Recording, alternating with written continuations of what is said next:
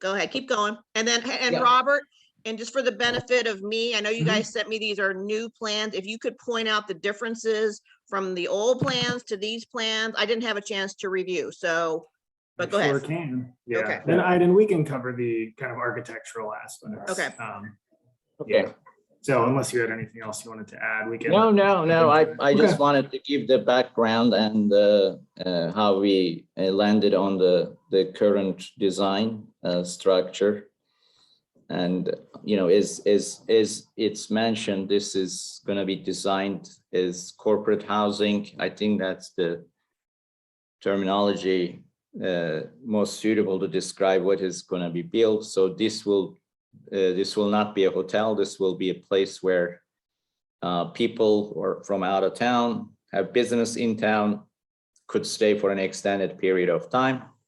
So the units are going to be designed with that in mind, that it will be a unit that a single person or a couple could stay for an extended period of time.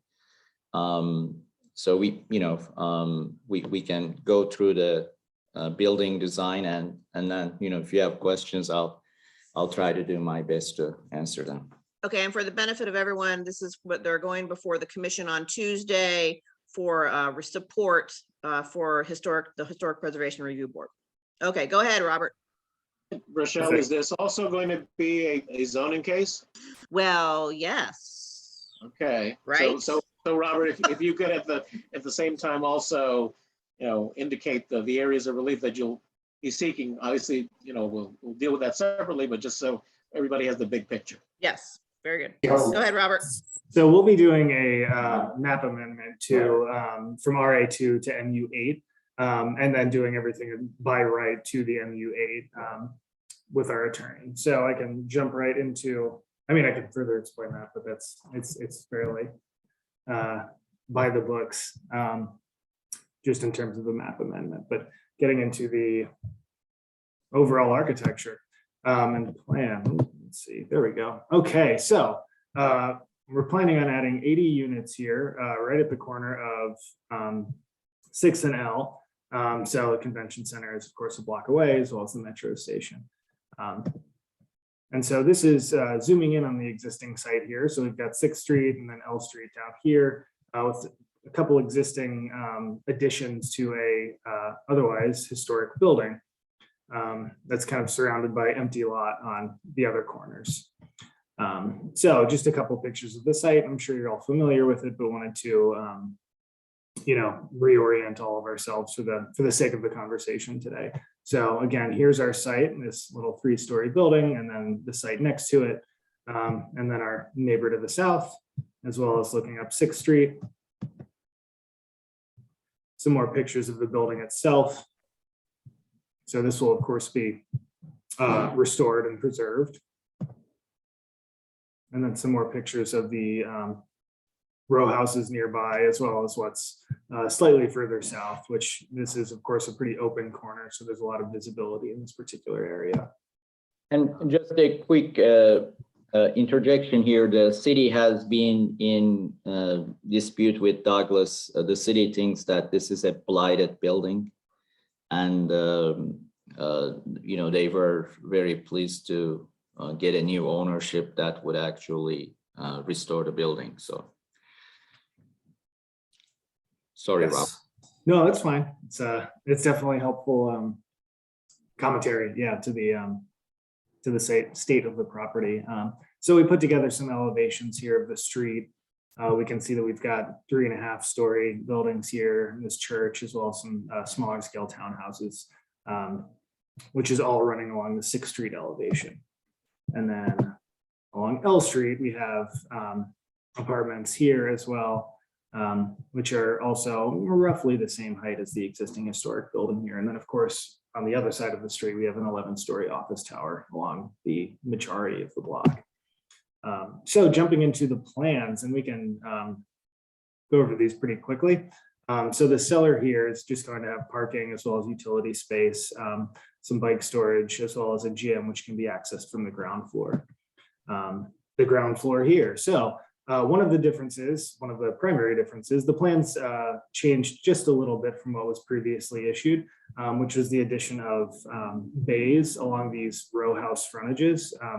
And this was to be more consistent with a lot of the other row houses that were along the street, because there's a lot of very similar buildings along there. And so we wanted to continue that language. So we've got just 3 units here on the ground floor, and then we'll have retail in the existing historic building, which will be preserved, and then a public area, and then more retail and access to the gym below. So coming up to the second floor here, we've got units throughout the rest of the building, and there's a slight separation here so that we can clearly articulate 2 different architectural languages and scales, which we'll get into in the elevations and perspectives. But just walking you through what we're going to be putting here in terms of the plan. So the 3rd floor here as well, and then the historic structure will be below. We'll have a 4th floor here, which, considering the slightly taller heights of the floor to floors of the row houses, putting 4 stories here instead of 3 stories makes it at about the same height, tiny bit taller. And then we'll have a setback roof deck, we believe, on top of that. And then just a mechanical penthouse here, so no access from the roof. So looking at the elevation here, what we have is, what we're trying to do is, as I mentioned, and as I mentioned, is continue this language of the architecture along 6th Street, so that it fits in with the context. We wanted to suggest something that would, as you're walking along 6th Street, doesn't seem like it's jumping out, but it seems like it's just another row house. So this slightly grayed out building in the back here is, of course, part of the building, but it's set back from 6th Street nearly 40 feet. So you won't really see it a ton if you're walking, well, you won't see it if you're walking on this side of the sidewalk, but it will be set back and not feel like it's overbearing on the street. So smaller scale, 4-story masonry building here, and then we'll have a little bit of gap so that we can, in a word, celebrate the existing historic building and make sure that we're staying away from it and letting it, maintain its historic nature. And then on the L Street facade, what we have is something that's a little bit taller and it's a little bit more commercial. However, what we wanted to do is make sure that we were using primarily masonry for this building, because the building across the street is very, very glassy. It's kind of scaleless. There isn't that tactile feel, and we wanted something that does feel comfortable and it feels residential. So a lot of masonry here, but in this particular case, now this is a larger scale building in terms of the details and massing. To start to transition from, as we can see in this image, from an 11-story building down to a 7-story building, down to a bunch of 3-story buildings. And so this is the west elevation. This is L Street right here. And so this just continues that language that we had established along L Street, providing balconies in the alleyway that we're creating. And naturally, this side of the west side of the building will be separated from the low-rise apartment buildings by the building next door to us, as well as the alley. So so there is a big separation from the low-rise residential on the west side and where we are. Yes, exactly. So just running through the sections pretty quickly, we can see here we have the public area with parking below grade, and then separate units running up the rest of the building. And then again, cutting through here just to show, so that this first one was cut through the lobby entry, but this second section is cut through the units. So we'll have units along the street here. And then finally, the perspective image here, which shows what you'd see from the corner. So again, the goal here was to try and establish something that was smaller scale and more in touch with the neighborhood along 6th Street, and then transition to something that's larger scale so that it could be more in touch with the commercial buildings on the other side of L Street. And so we believe that this is successful in integrating and transitioning from an 11-story building down to a bunch of 3-story buildings, both in terms of architecture as well as in terms of massing. And so with that, that concludes the presentation. So open for questions and comments. So I'll start. So how did the increase happen from 73 units to 80? What happened with that? How'd that happen? Did I not hear that, Robert?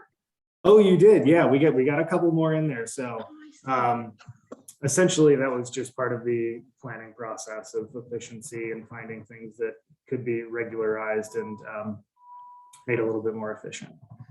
Okay, so I'm just going to give you my opinion. I'm very happy that this is happening. I'll speak on behalf of the constituents for the area. It's good that there is development. We are A+ for that part. Now, I see that Deborah is on the call and John will tell. So the design is okay.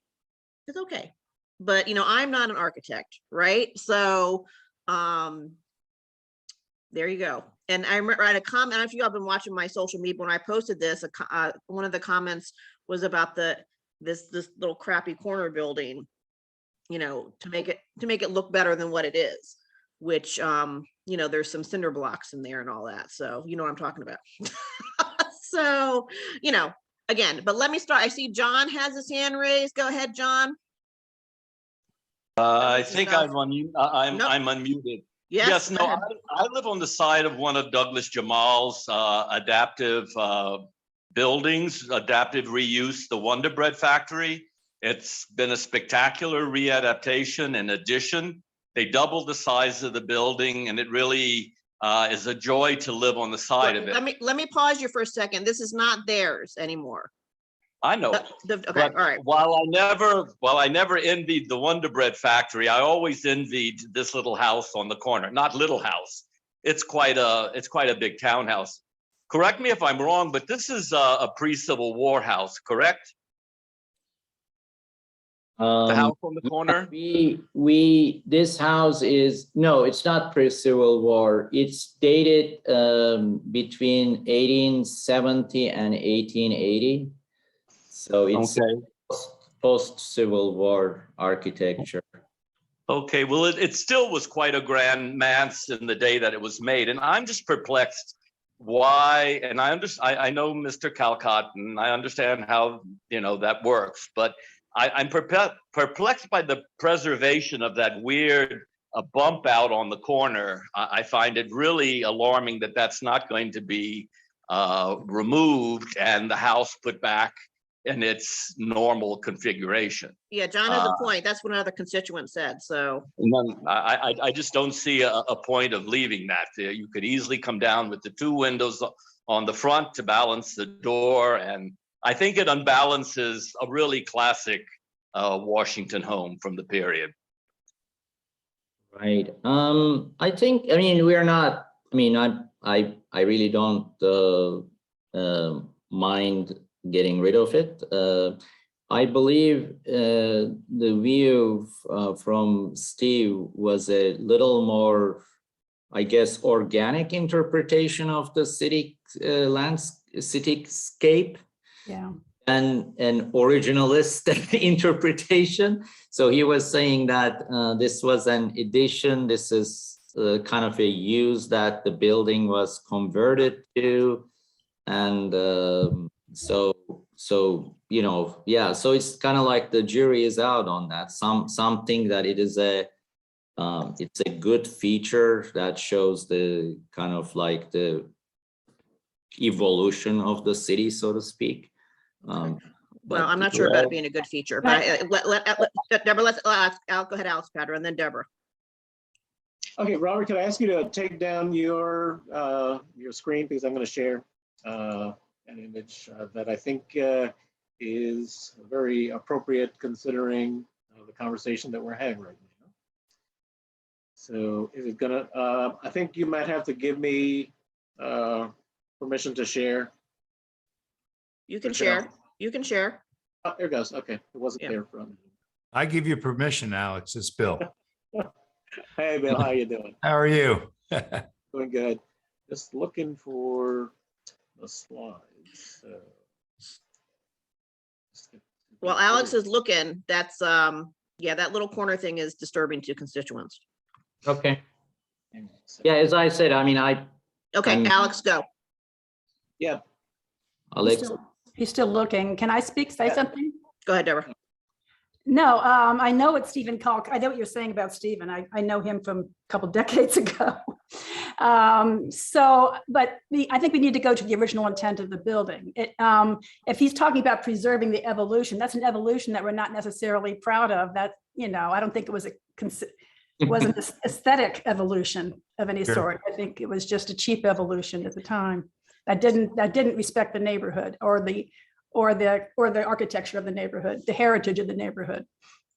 So Alex, Padro, is this going to be a whole history presentation? We've got another No, it's not presenter. gonna be a after whole this. history Okay, all presentation. right, just putting you on notice, okay. I want to hear what Alex has to say. I think Okay, it's very helpful. Okay, with time. I Okay, like go ahead. history. Go ahead, Alex. Yes, I did ask whether or not a historic structures report had been prepared for this site, and apparently it has not yet. I don't know if it's been commissioned or not, but I took the liberty of looking for older images, and the oldest image of the building that I was able to find, Look at that. this one from 1884. Mm. Wow. Here's the building on the corner of Fennell Street. And you can see that it, in its original configuration, did not have that retail edition. Right. yeah, that's for sure. Yes. So in case there was any doubt, no, it's not original. It's an addition, and the previous iterations of this project, when Doe's development was seeking and obtained, PUD. permits through a PUD, actually called for the removal of that fabric and replacement with other fabric, not to restore it, but something more contemporary. So if there's any concern about getting rid of it and bringing it back to a more historic appearance and context, as the Historic Preservation Organization for the neighborhood, would certainly encourage that to happen, rather than just keeping an accretion that really isn't original, to the building there. Oh, Exactly. So that's number one. Number two, we also started to have some dialogue with the property owner, and we exchanged some emails today about wanting to put an appropriate plaque on the building that, and I'm trying to share another image here. Here we go. Alex, by the way, if you could share the first image, we can make it part of our submission to HPRB Sure, no, we'd be happy to do that. yeah. so that it becomes, part of the historic, well, at some point will be historic record. Absolutely. So what I was sharing, and again, if the historic structures report had been prepared, you would have learned that in the 1940s, the building was the law offices of Charles Hamilton Houston, who was, in addition to being the dean of the Howard University School of Law, but also the first legal director for the National Association for the Advancement of Colored People, the NAACP. So, during the time that Mr. Houston had his offices there, he had one of his associates who you're probably more familiar with, and that was Thurgood Marshall, working with him on the cases that eventually were incorporated into the landmark Supreme Court decision, Brown versus Board of Ed, which ended segregation of public facilities in the United States. So what we're proposing to the developer is that we add a plaque on the 6th Street side to the left of the front door, a bronze plaque with a relief portrait of Mr. Houston and an explanation of the relevance of the building to African American and American legal history. And we recently did the same with the building that used to be Cecilia's Restaurant as part of the Shaw apartment building at Wiltberger and T Street Northwest. So we are very desirous of having the developer pay respect to the heritage of the neighborhood and of the property that is being redeveloped. So Alex, just to be transparent, there was concern recently about who was supposed to pay for that plaque at that other building. So that's great. Go for the plaque, hooray. But, frankly, let's make sure that is understood who's going to pay for whatever happens and not a year or two down the later, there is concern. So. Right. So that's why we're dealing with the developer now, and he actually suggested that we go ahead and draft the plaque so that it can be presented to HPRB as part of the submission. Okay. All right, going back Definitely. to. I mean, Okay, yeah. okay, let's keep moving. So in terms of what they're seeking support for from the commission, does anyone else have any comments to make about what they want, about the building, how it looks? Go ahead, Deborah. Yeah, I have a few questions. Okay. So 80 units, and the people who come, describe again for me who the people are who will be staying there. The clientele. Well, it's open to general public, anyone stay, but it's intended that it will cater to individuals who are on an extended stay in the town. So we are discussing with various operators, who could be interested in running it. But the concept that we are aiming at here is that this is not going to be a hotel. It's not going to cater to people coming in for a short stay, that it will be for people looking for a longer term furnished housing. So it will have, the units will have kitchenettes, so they will have washer dryer. And so it would sustain a person. The intention is that it would be someone, and the Douglas office building next door is a good example. So actually one of our competitors has moved into that building, PwC. And so again, we're looking that things will go to pre-pandemic situation, that people will be on short-term assignments coming to the city, people will be coming here. And, so some of the operators that we're talking, they're saying that, even some members of Congress may be interested in maintaining such a place.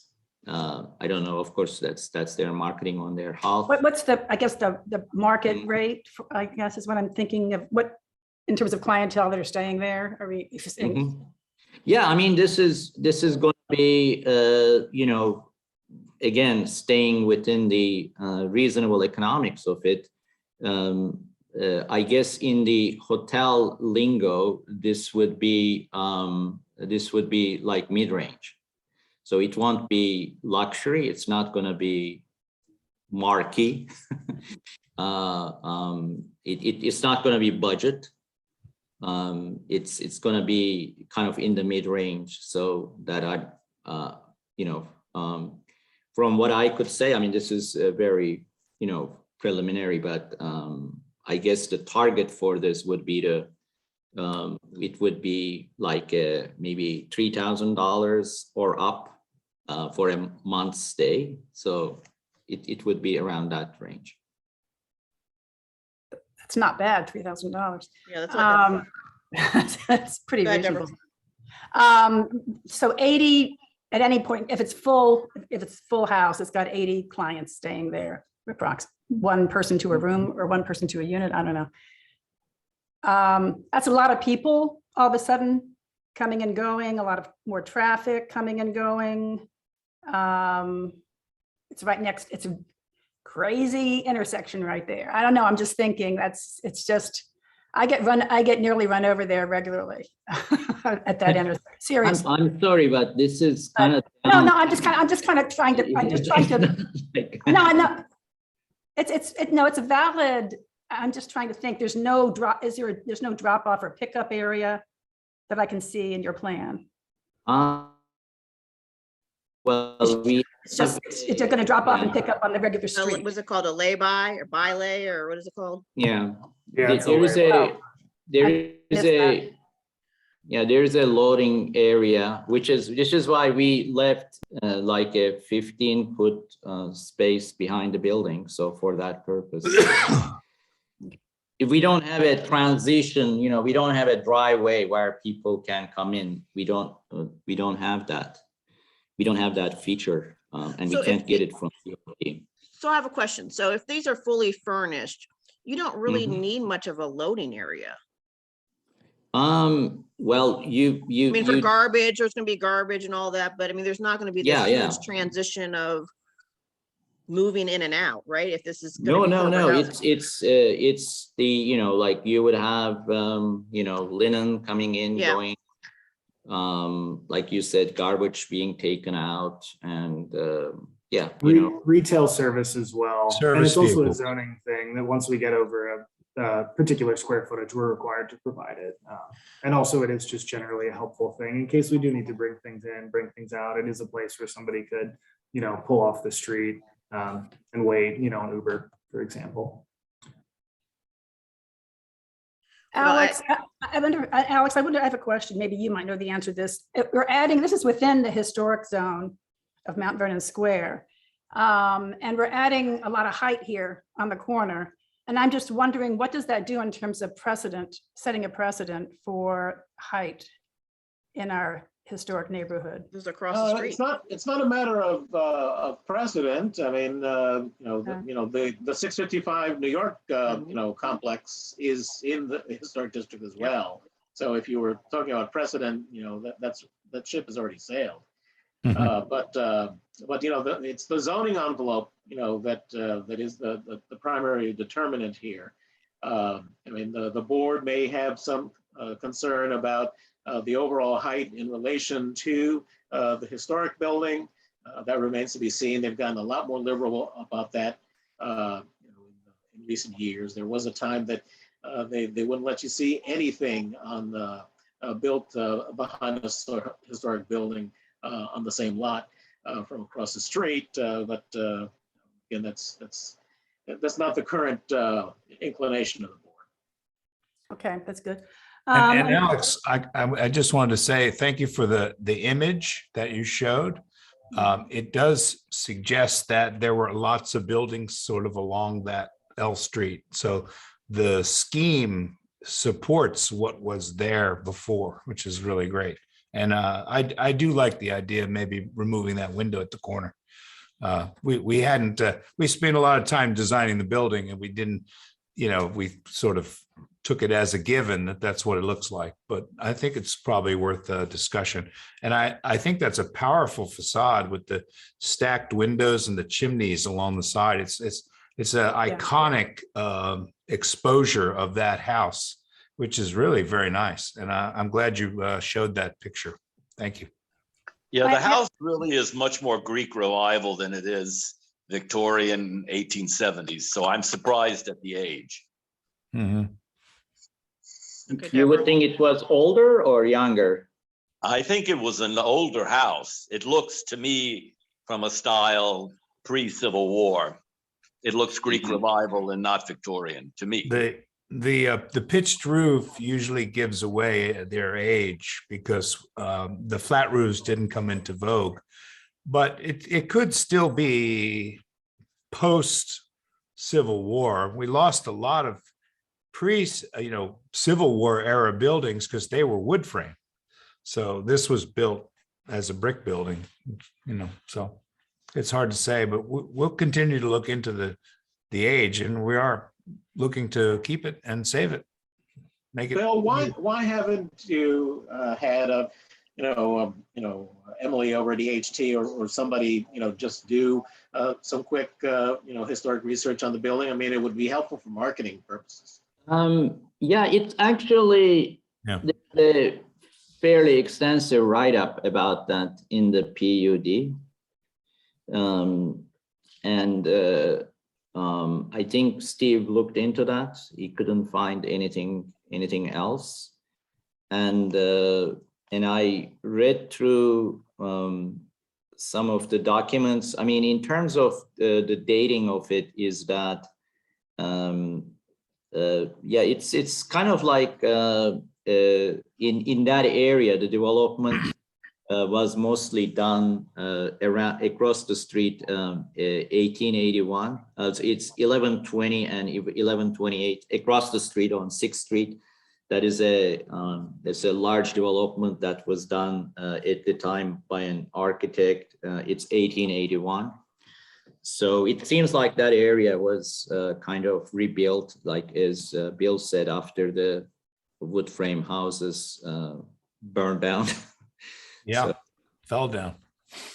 Yeah. but yeah, no, so we will do that. And I've also in my research, Alex, I found that there was an association of Black women that were in that building in around, it may be around the same time that Thurgood Marshall was there. So they were tenants in the building for a period of time. Okay, everyone, it's 6:39. So we're I just gonna. have one more, go ahead, one more Deborah. question, All Rachel. right. What about lead considerations or energy, green energy? It will fully comply with the DC requirements. So I don't know if, Robert, Bill, do you have any further? Yeah. It'll be green it- construction it- code, and we haven't talked about lead. Yeah, it'll be green construction code compliant with everything the DC sets forth, but there hasn't been any discussion about going above and beyond that for any sort of lead designation. It's a modest sized project, so there's a stepped categorization, green building code, but it will comply with the green building code. Okay, great. All right, so we're gonna move forward here. So are there any major concerns with this project in terms of HPRB? Scott, John, Deborah, Alex? Yes, what we voiced tonight, yes. Okay, yes, but would you not support it? That's my final question. Are you, can we, I support- I'm very interested in the architectural design on the corner, being more compliant with its Okay. historic heritage. Yeah, my And- only objection is the corner window that cannot predate 1930. Right. okay, or look like a corner store? Yeah, no, I mean, Right. not for this particular building. In other places, it might be very appropriate, but not on that building on that corner. Right. I'm also a little, I mean, this was gonna say, I know you'll say the tree lady's talking again, but you don't, there's a couple very nice trees on both streets there, and you didn't include them in your drawing, but I hope you protect those trees. Absolutely. Those trees are pretty untouchable in DC. So Not as untouchable as they need to be, so. Well, they're more We'll be watching. They're more untouchable since Mary Kay put that bill forward. Okay. Yeah, that's true. All Well, right. we'll make sure that Oh. we show that on the site plan. Okay, and my Okay, last, thank you. my last remark will be to the owners that I think this is great. We're talking about this and Deborah's thoughts and John's thoughts. But the bottom line for me is that this project needs to be done. I have had this conversation with, I can't tell you how many owners, and projects do not get done. So it needs to get done. I mean, right, Deborah? I can't take it anymore. I can't take the blight. I've had blight be continued blight. So That's like no more. are you concerned about the financial backing? What's your I'm concern? concerned about the financial bad because we've seen it become a disaster so many times. Okay, let's move forward. So I'm going to make a motion. I move that the ANC 6E zoning committee support this project before HPRB, to include the considerations that were made at this committee meeting tonight, which would be specifically for improvement on the corner part. I would ask that you put the removal of the corner window. Rochelle, so please. The motion to remove the corner window. corner addition, not just the window, right? So Yeah. Yeah, Okay. the whole The corner addition. Restore the addition. house to its original corner. Okay. And original make- corner. Right. It'll include 2 windows on the front. Okay. Mhm. That's right. Yeah, that'll look very nice. Okay, do I have a second? Yes, I'll second it. John seconds. All in favor, Deborah, Alex, I, Scott, Aye. me, Scott, okay. All right, gentlemen, look for my email for the meeting on Tuesday. Thank you very much for zooming in, and I'll put this, you're gonna be broadcast on my social media tonight, so everyone can hear this, right? And then I'm gonna ask my constituents to zoom in on Tuesday. Okay, so thank you. Next, we have, Thank you. okay, Thank you for your time. Thanks. Thank we'll be you. talking soon. Don't forget. Bye. All right, there's Paul. Good evening, everyone. Oh, hi, Ronnie. I don't know Ronnie. Okay. Did we talk, Ronnie? I don't think we have. Okay. Randall. I'm the principal on the Green. Good afternoon. Yeah, well, we're happy everyone has invited us here tonight. And Just Paul, let want me to- stop you for a second. If this goes over, I have to zoom out at 7 o'clock specifically. So Alex, you're gonna be in charge, okay? all right, Okay, No, we're receptive to being in and out of here. Okay. So that's our plan. With that said, just for the record, my name is Paul Rowe. I'm the owner of 1718 and a half 10th Street. I've got my design team here, R. McGee and Associates. Ronnie McGee is the principal, and Randall Moreland. Ronnie, I'm sure people know, he's a highly reputable architect and literally a neighborhood architect. He lives right around the corner from the property on S Street. I'm a longtime owner. I purchased the property back in 1987, before the neighborhood was as desirable as it is today. I raised my family there, resided there for 15 years until my twin daughters turned 5 years old, and things got kind of cramped in a 1,200 square foot property. So our intent today, our intent for the property is to improve it in compliance with the existing zoning regulations. Therefore, we're not looking for any zoning relief. Tonight, we're actually requesting that you support and approve the plan as we presented tonight.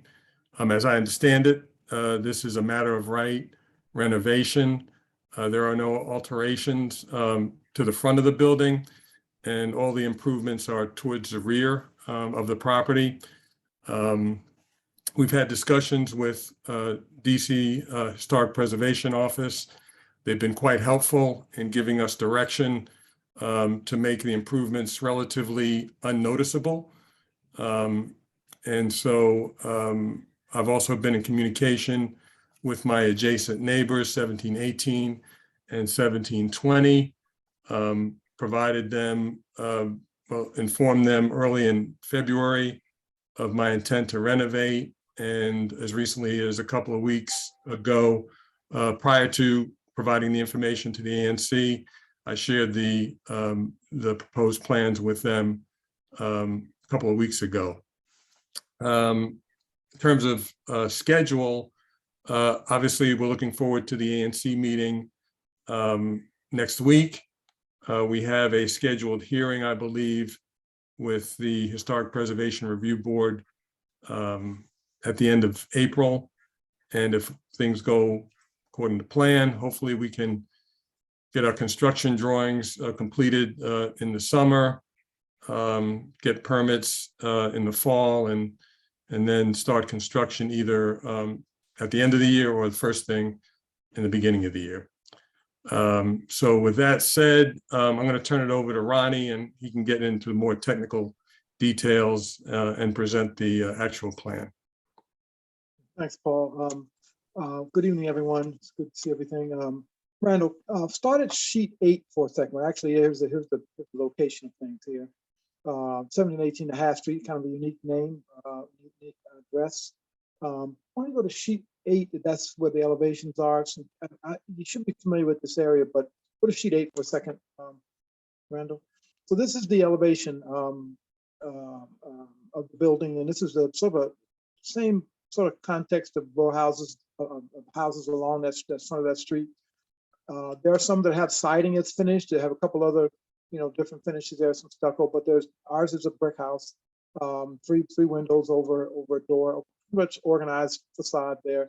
And as you can see to the right there, there's an addition going on that has a larger island in the back that's not visible from the public way along 10th Street. But as you get further back, this deep view shows that it is visible. But ours, we have sort of worked ours so that it would not be visible. So we'll see that in a minute, but that's sort of the elevation you see in the neighborhood in case you don't recognize that area. We go to sheet 9 for a second, Randall. Another view of the neighborhood. So we can go to that. So that's the whole mass of the building right there. You see it, and I'll go back to that for a minute. Go to 10 for a second. So this is sort of the context. Again, that long shot up in the left-hand corner. The row of houses in shot 2. You can see sort of different finishes along the face. The unique thing about 1718 half is that there's a breezeway between this house and the next house about 3 feet wide. You can actually go from the front to the back alley from the front of the house. One of the unique features there. This is the rear of house 5 and 6. Stucco addition to the original house. So it doesn't look like it was original. And you see in the back, there's lots of balconies and additions that already been added to the back of the house. So we're not unique back there in the back. This alley is kind of a closed off alley. You can it's not really so much of a through alley, and so it's not that accessible, but there is an alley behind the house. So we'll go back to sheet 1 for a second, round of things. Okay, so the original building is the front building on the right and a small 2-story addition that's above what's called the existing cellar. There's a little cellar there about 7 feet tall. So in the course of the design work with Imani Price with HPO, we decided that we would keep the cellar and put a slight addition on top of the cellar, the 2-story addition at the cellar. And that's far enough back, which you'll see in a minute, for it not to be visible from the street. And then build a new addition in the back behind that. So we actually have that, we're keeping the inset of the original building. So really no major demolition is going to go into the original building. So other than closing off windows and some interior partitions and things. Floors stay the same way. Front window, nothing on the exterior window, exterior front of the building. So we're pretty much, intact as a whole mass of the original building. So you see the blue area is really the major addition to the building there. And that little gap allows us to have sort of an egress way out of the upper level to allow potential to be a 2-family after we finish with it. Go from a single occupancy to 2-family. And then you'll have stairs down and let you out in the areaway so you can go front and back. So next slide, Randy. Thank you. We're also holding the building back far enough to still have 2 parking spaces, 2 small car parking spaces in the back. Sheet 2, Randy. Thank you. So this is the next level up. Again, you see the addition back there, a little walkway with a stair, sort of fills in part of that niche there. And then on the 3rd level, there is a area above the original 2-story addition in the back that allows a little more square footage and a deck out front. And all of that, you'll see in a minute, is not visible from the public way. So next slide. So we went out there with Amania, and she was looking at this, and we actually can achieve what we want, and by using the original ceiling line of the original building to get a 8-foot height in the area above the original dog leg. So we actually have that sort of interstitial space where the stairs are to add to the building. So there's a really from across the public way, you have your back against that fence where the park is, you cannot see the addition, whereas you can see the one next door right now. So you go further back down the street, we're even trying to make it invisible from there. So ours would be hardly noticeable from even further back. But right now, this is what we propose. So next slide. And it's right now it's hardy plank on the side. And this is the section. You can see again the original cellar is still intact, and the original floors and the dog leg in the back is intact. So next slide. So again, from the building, This is what you see if you weren't at an angle. The addition in the back, so the deck out the front, the railing will not be visible either. The rear is basically hardy panel. It's adjacent to the house next door, but you see the breezeway between the house and the house to the right there. So, slide. So this is an elevation. Now, the fact that it's set back from the property line, we're allowed to have windows on that side. So it actually gives us a little bit of benefit to have some windows in that area if we're off more than 3 feet. So, but definitely this house will have a lot more light than some of the other houses that are obviously engaged on both sides. So, next one.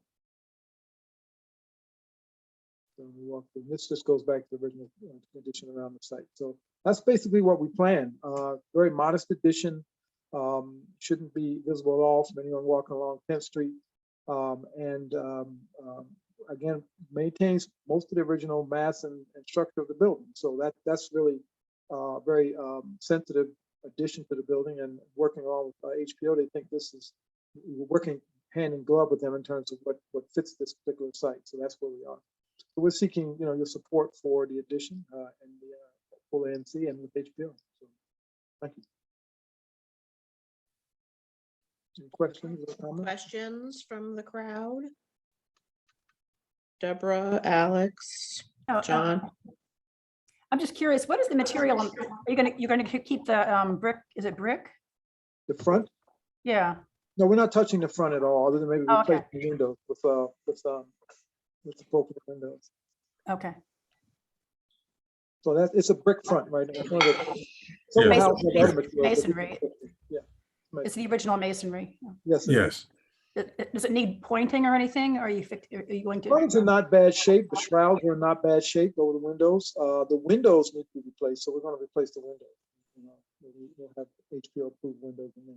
So they'll be historic. They'll be more historic if you replace them, it looks like. Actually, they will be more appropriate now. Yeah, that would be an improvement. When Paul bought the house, I think the district wasn't in place then. So Yeah, good. Thank you. What percentage of the lot are you occupying? It looks like a lot. That's no, it's still below 60%. Oh, really? We're at 55. I think 55.5. So I guess you don't count the parking? Is that what you don't count? No, parking is not counted in lot occupancy.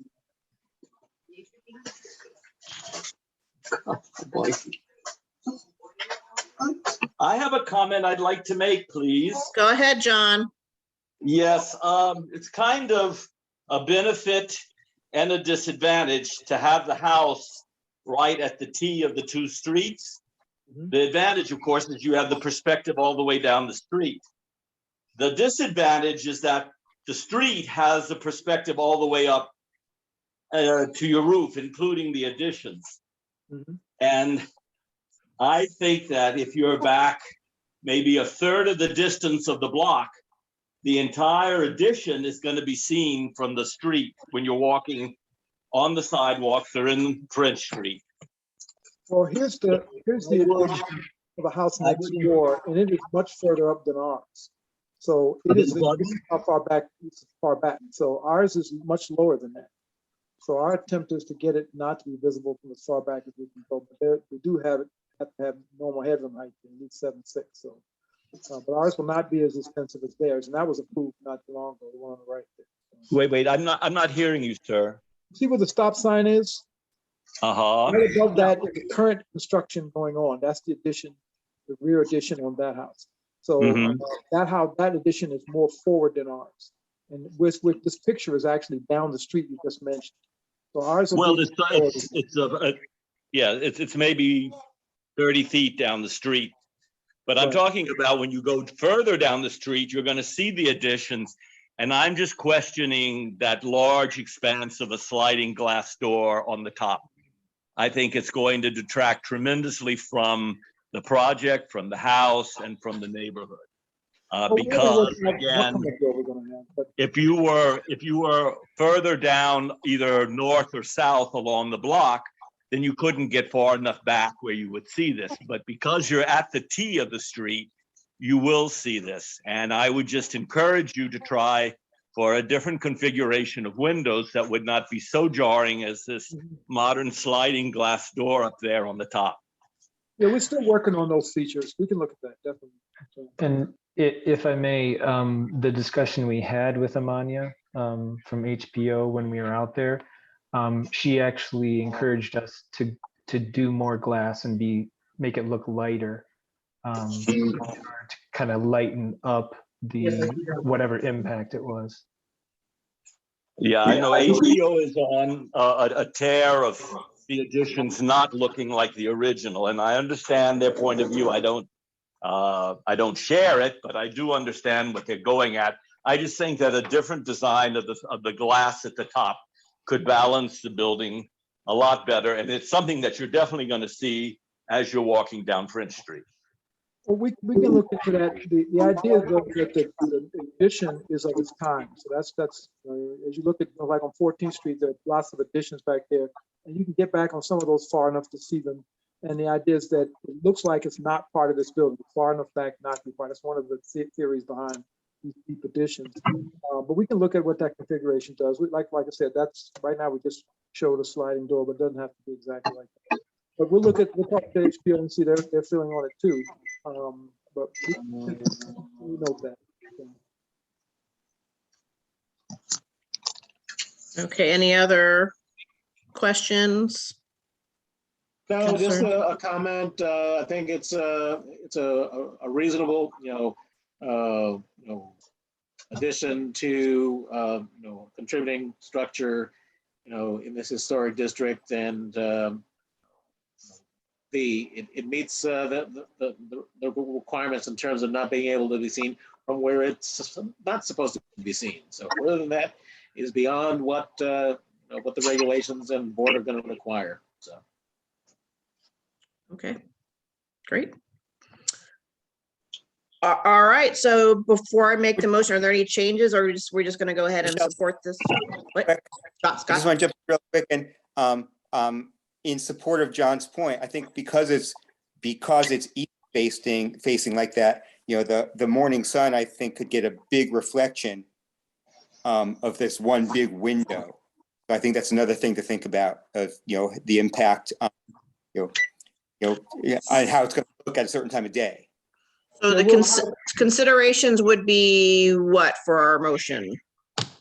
No, I'm not saying that as a motion. I'm just mentioning it as for them to think about in terms of the massing of the windows of east facing.